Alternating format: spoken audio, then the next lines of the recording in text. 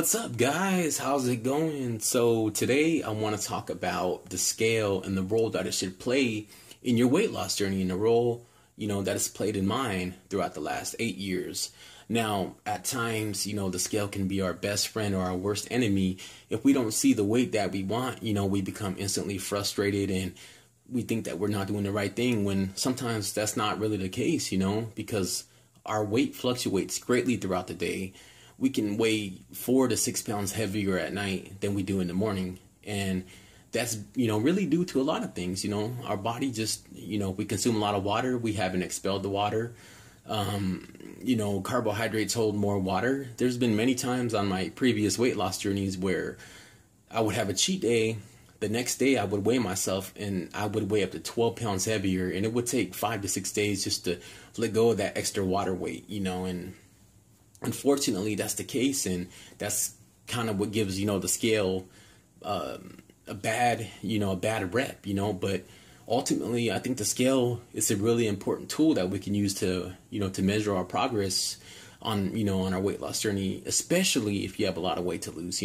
There are many other aspects too, like we can look in the mirror, see the physical changes, we can see how our clothes are fitting, and we can also, just measure our body parts like arms, legs, just to see how many inches or centimeters we lost for the week or whatever the case may be. There are many different tools we can use, but I think the scale is probably the most important because it allows us to make changes. If we're not seeing progress, we can change things up, maybe change up our nutrition a little, or, get a little more cardio in, or maybe even consume more calories, if you have to, because if you're eating too little calories, maybe your weight loss, stalled and you need to change that up. So with this video, I just want to kind of talk about how you can get the most accurate weigh-in on a consistent basis, because that's so important when you're weighing yourself.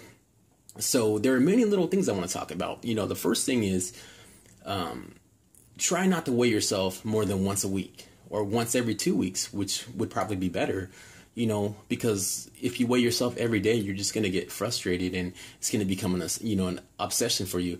And I know for me, that's been the case. There's been many times where I would weigh myself every single day. And if I didn't lose weight the next day, I would just get so frustrated and feel like I just, you know what? I'm not losing weight anyway. I might as well just go out and binge, why am I doing this? So that's one of the reasons why I weigh myself now at my local gym on Friday, instead of, having a scale in the house. That's just one of the reasons. So try to weigh yourself, once a week. Try to pick, the same day every single week. That way you're consistent. Because if you weigh yourself on a Friday one week and the next week you weigh yourself on a Wednesday, you're not going to have as much time, to lose weight, to get a really consistent measure of progress. So try to pick the same day every week or every 2 weeks or whenever you want to do it. Just try not to weigh yourself more than once a week. That's really, my recommendation. So the second thing is make sure, that you weigh yourself at the same time every week or every 2 weeks. And what I mean by same time is, try to weigh yourself on an empty stomach first thing in the morning. Because, like I was just saying, our weight fluctuates greatly throughout the day. That's why it's probably not a good idea to weigh yourself at night.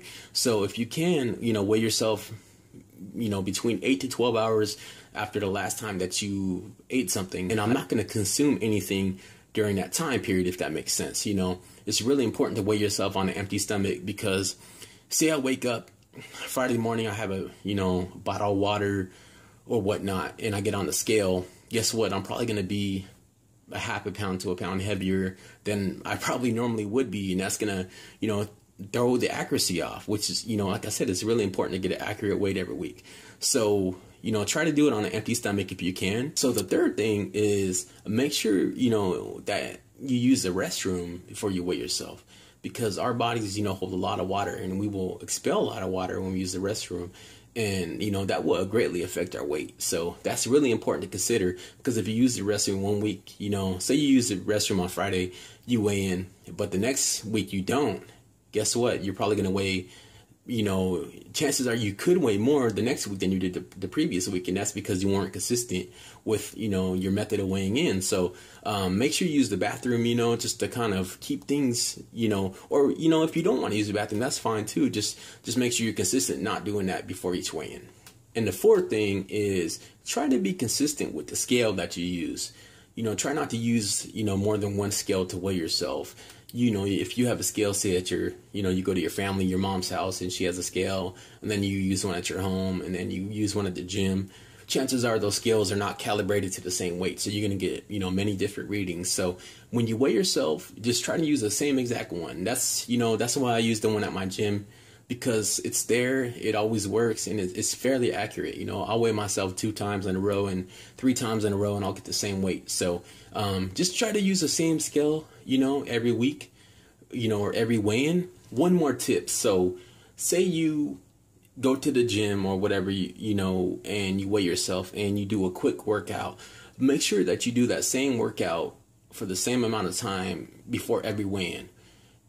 Try to be consistent with that. Chances are you're going to burn, you're going to lose probably a half pound of water weight. So for me, I always do a 30-minute session, on a cardio session on the treadmill before I weigh in.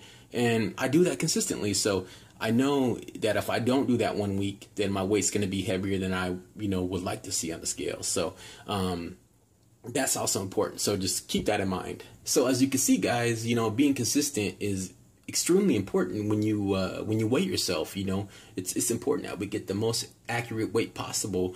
That way we can accurately measure our progress and see how things are going and if we need to change things up. So I hope these tips helped you, and I hope you can implement them. If you have any questions, just leave them in the comment section and I will answer them. Thanks for watching, guys. Until next time, peace.